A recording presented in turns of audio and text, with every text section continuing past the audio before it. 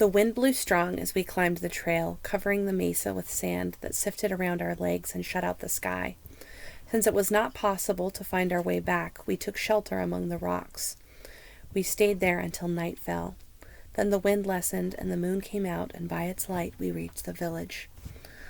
The huts looked like ghosts in the cold light. As we neared them, I heard a strange sound, like that of running feet. I thought that it was the sound made by the wind, but when we came closer, I saw dozens of wild dogs scurrying around through the huts. They ran from us, snarling as they went. The pack must have slunk into the village soon after we left, for it had gorged itself upon the abalone we had left. It had gone everywhere searching out food, and Ramo and I had to look hard to find enough for our supper. While we ate beside a small fire, I could hear the dogs on the hill not far away, and through the night their howls came to me on the wind. But when the sun rose, I went out of the hut, and the pack trotted off towards its lair, which was at the north side of the island in a large cave. That day we spent gathering food. The wind blew, and the waves crashed against the shore, so that we could not go out on the rocks.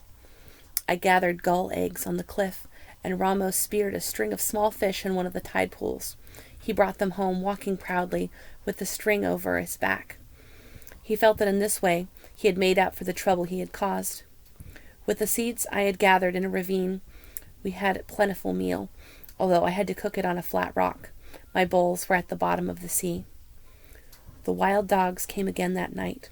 Drawn by the scent of the fish, they sat on the hill, barking and growling at each other. I could see the light from the fire shining in their eyes. At dawn they left. The ocean was calm on this day, and we were able to hunt abalone among the rocks. From seaweed we wove a rough basket which we filled before the sun was overhead. On the way home, carrying the abalone between us, Ramo and I stopped on the cliff. The air was clear, and we looked far out to the sea in the direction the ship had gone. "Will it come back today?" Ramo asked. "It may," I answered him, though I did not think so. "More likely it will come back after many suns, for the country where it has gone to is far off." Ramo looked at me. His eyes shone black. "I do not care if the ship comes back," he said. "Why do you say this?" I asked him. Ramo thought, making a hole in the earth with the point of his spear. "Why?" I asked again. "Because I like it here with you," he said. "It's more fun than when the others are here. Tomorrow I'm going to where the canoes are hidden, and I'm going to bring one back to Coral Cove. We will use it to fish in and to go looking around the island." "They are too heavy for you to put in the water." "You will see." Ramo threw out his chest. Around his neck was a string of sea elephant teeth which someone had left behind. It was much too large for him, and the teeth were broken, but they rattled as he thrust his spear down between us. "You forget that I am the son of Chowig," he said.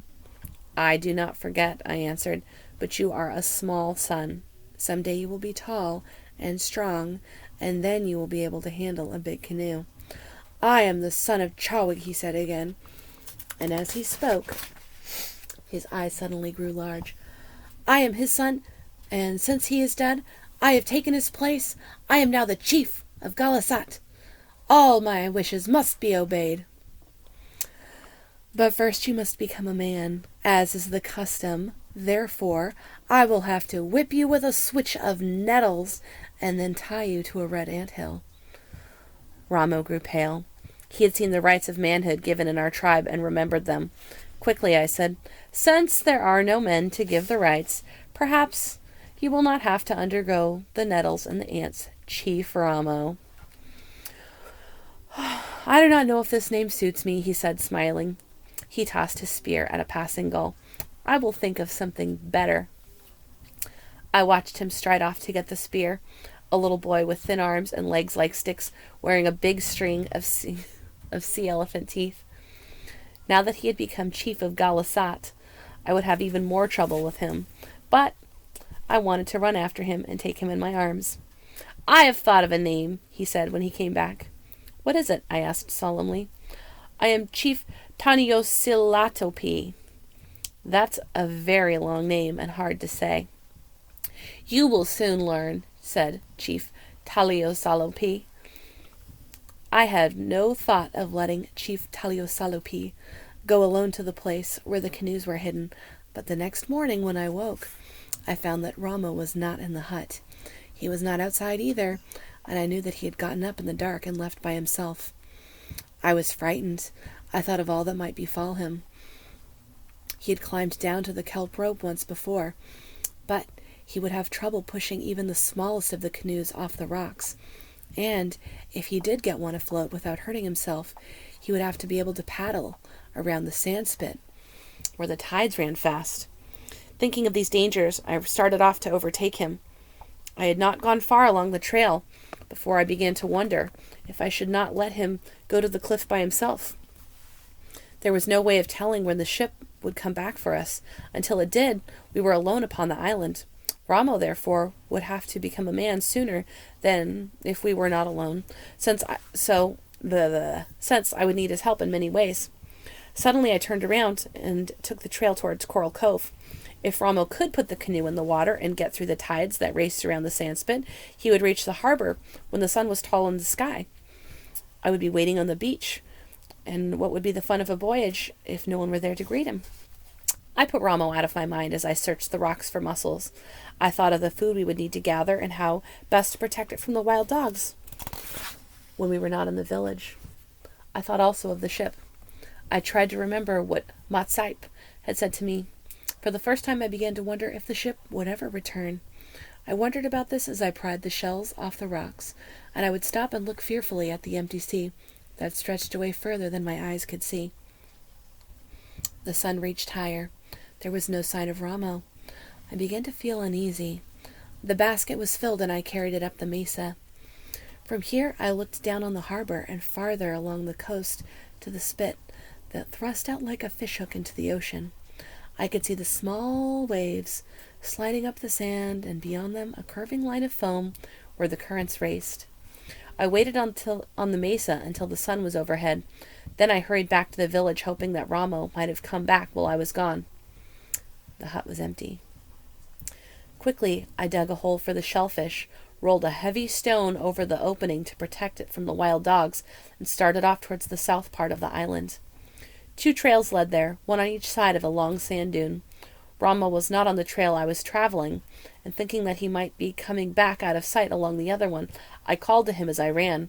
I heard no answer, but I did hear, far off, the barking of dogs. The barking grew louder as I came closer to the cliff. It would die away, and after a short silence, start up again. The sound came from the opposite side of the dunes, and leaving the trail, I climbed upward through the sand to its top. A short distance beyond the dune near the cliff, I saw the pack of wild dogs. There were many of them, and they were moving in a circle. In the middle of the circle was Ramo.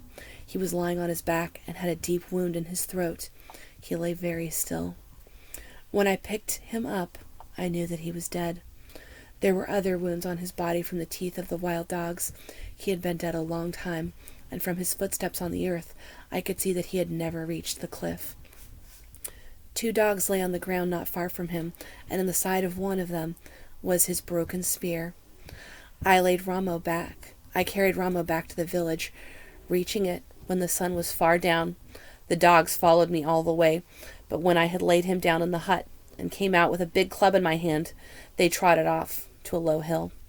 A big gray dog with long curling hair and yellow eyes was their leader, and he went last.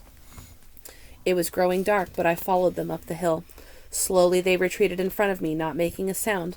I followed them across 2 hills and a small valley to a 3rd hill, whose face was a ledge of rock. At one end of the ledge was a cave. One by one the dogs went into it. The mouth of the cave was too wide and high to fill with rocks. I gathered brush and made a fire, thinking that I might push them back into the cave. Through the night I would feed it and push it farther and further back, but there was not enough brush for this. When the moon rose, I left the cave and went off through the valley and over the 3 hills to my home. All night I sat there with the body of my brother and did not sleep. I vowed that someday I would go back and kill the wild dogs in the cave. I would kill all of them. I thought of how I would do it, but mostly I thought of Ramo. my brother.